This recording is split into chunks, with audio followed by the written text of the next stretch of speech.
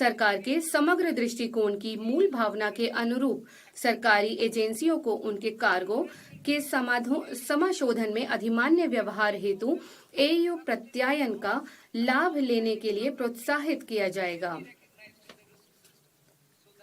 लंबे समय में विश्वास प्राप्त आपूर्ति श्रृंखलाओं वाले नियमित आयातकों को जोखिम प्रणाली में मान्यता दी जाएगी ताकि प्रत्येक बार उन्हें उनके कार्गो के सत्यापन की आवश्यकता को कम किया जा सके। इलेक्ट्रॉनिक सीलिंग का उपयोग करने वाले निर्यात कार्गो का फैक्ट्री परिसर से पोर्ट तक का पूरा समाशोधन उपलब्ध कराया जाएगा। उन वस्तुओं के आयात जिनके लिए किसी अनुपालन की आवश्यकता नहीं है, विश्वस्त आयातक द्वारा प्रवेश बिल दायर करने और वस्तुओं के आगमन पर सीमा शुल्क को उनके समाशोधन की औपचारिकताओं पूरी करने के लिए स्वतः सूचना मिल जाएगी। इससे वस्तुओं के आगमन के तत्काल बाद निर्मुक्त किए जाने को सक्षम बनाया जा सकेगा। सीमा शुल्क भंडारण फ्रेमवर्क को स्व प्रकटन, इलेक्ट्रॉनिक ट्रैकिंग और जोखिम आधारित लेखा परीक्षा के साथ एक भंडार संचालक केंद्रित प्रणाली में बदला जाएगा। ये सुधार अधिकारी पर निर्भर अनुमोदनों की वर्तमान प्रणाली को हटाएंगे और इससे लेन देन विलंबों और अनुपालन लागतों में कमी आएगी। व्यापार करने की सुगमता। विभिन्न सरकारी एजेंसियों से कार्गो समाशोधन के लिए अपेक्षित अनुमोदनों की प्रक्रिया को इस वित्त वर्ष के अंत तक एकल और परस्पर जुड़े हुए डिजिटल विंडो के माध्यम से निर्बाध बनाया जाएगा।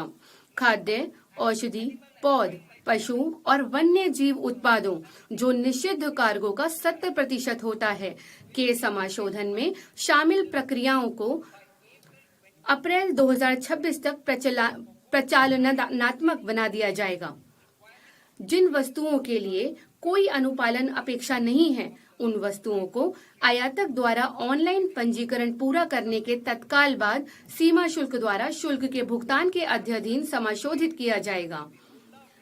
सभी सीमा शुल्क प्रक्रियाओं के लिए एकल, एकीकृत और मापनीय प्लेटफॉर्म के रूप में सीमा शुल्क एकीकृत प्रणाली CIS 2 वर्षों में शुरू की जाएगी। गैर सन्निविष्ट स्कैनिंग और उन्नत इमेजिंग तथा जोखिम आकलन हेतु AI प्रौद्योगिकी का उपयोग सभी प्रमुख पत्तनों में प्रत्येक कंटेनर को स्कैन करने के उद्देश्य से चरणबद्ध तरीके से किया जाएगा। नए निर्यात अवसर।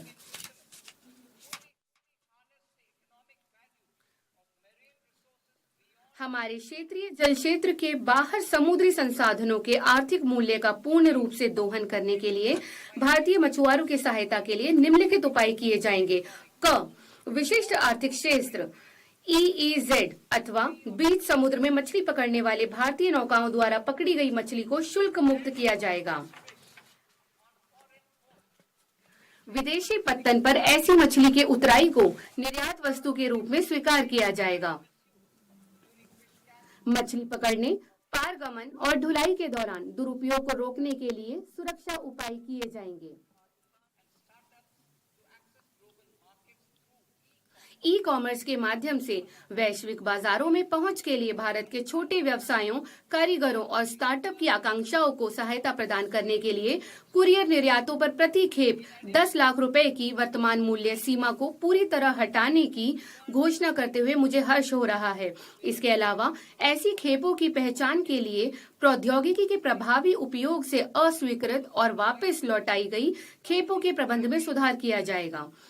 जीवन जीने की सुगमता। यात्रियों की वास्तविक चिंताओं का समाधान करने के लिए मैं अंतर्राष्ट्रीय यात्रा के दौरान सामान निकासी को शासित करने वाले प्रावधानों के संशोधन का प्रस्ताव करती हूँ। संशोधित नियमों से वर्तमान समय की यात्रा संबंधी वास्तविकताओं के अनुरूप शुल्क मुक्त भत्ते में वृद्धि होगी और अंदर लाई गई आधा अथवा बाहर ले जाई गई वस्तुओं की अस्थायी ढुलाई में स्पष्टता आएगी। ऐसे ईमानदार करदाता हैं जो उनके सभी बकायों का भुगतान करके विवादों का निपटान करने के इच्छुक होते हैं, किंतु वे दंड से जुड़ी नकारात्मक भावनाओं के कारण ऐसा नहीं करते हैं। अब वे दंड के बदले में अतिरिक्त राशि का भुगतान करके अपने मामले बंद करने में सक्षम होंगे। माननीय अध्यक्ष महोदय, इसके साथ ही मैं यह बजट इस गरिमामयी सदन के समक्ष रखती हूँ। जय हिंद। आइटम आइटम नंबर 3 माननीय वित्त मंत्री जी।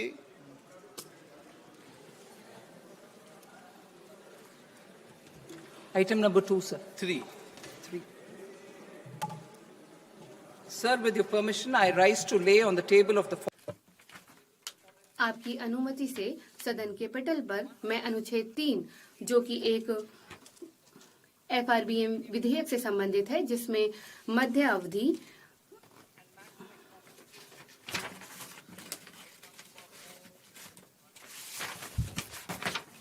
आपकी अनुमति से जो वित्त विधेयक 2025-26 है उसके आपके सामने रखती हूं। प्रदान की जाए। जो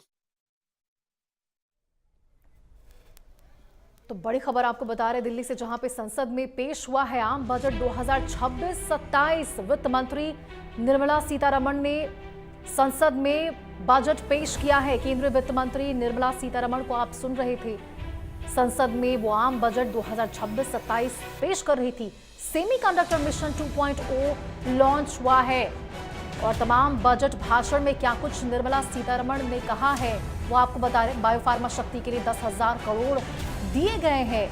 इलेक्ट्रॉनिक्स विनिर्माण के लिए 40,000 करोड़ दिए हैं। तो बजट भाषण में आपको बता, यहाँ बायोफार्मा, भारत को बायोफार्मा निर्माण हब बनाने की बात कही गई है। चैंपियन MSME के लिए 10,000 करोड़ दिए गए। आत्मनिर्भर भारत टॉपअप के लिए 2,000 करोड़ दिए गए हैं। इलेक्ट्रॉनिक्स विनिर्माण योजना के लिए 40,000 करोड़। तो देखिए, ऐतिहासिक ये बजट, जहां पे वित्त मंत्री संसद में बजट पेश कर रही थी निर्मला सीतारमण ने कंटेनर निर्माण के लिए 10,000 करोड़ देने की बात कही और तमाम बातें आपको बता रहे जो बजट में पेश करते समय वित्त मंत्री निर्मला सीतारमण ने कही है। देश में 3 नए आयुर्वेदिक एम्स बनेंगे। तो देखिए, स्वास्थ्य को लेकर भी 5 क्षेत्रीय चिकित्सा केंद्रों की स्थापना होगी। तो 5 क्षेत्रीय चिकित्सा केंद्रों की स्थापना की जाएगी। 2 हाईटेक टूल रूम बनेंगे। वित्त मंत्री निर्मला सीतारमण ने बजट पेश करते हुए कहा है, बजट भाषण में वित्त मंत्री ने मेडिकल टूरिज्म को बढ़ावा देने के लिए 5 हब बनेंगे, इसकी बात कही है।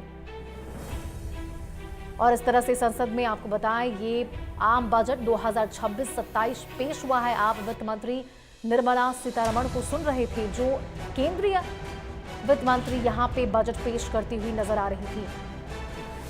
तो देखिए, चाहे स्वास्थ्य को लेकर हो, किसानों को लेकर हो, रोजगार के तहत हो, तमाम बातें कही गई। TCS की दर कम करने का प्रस्ताव दिया गया है। शिक्षा और मेडिकल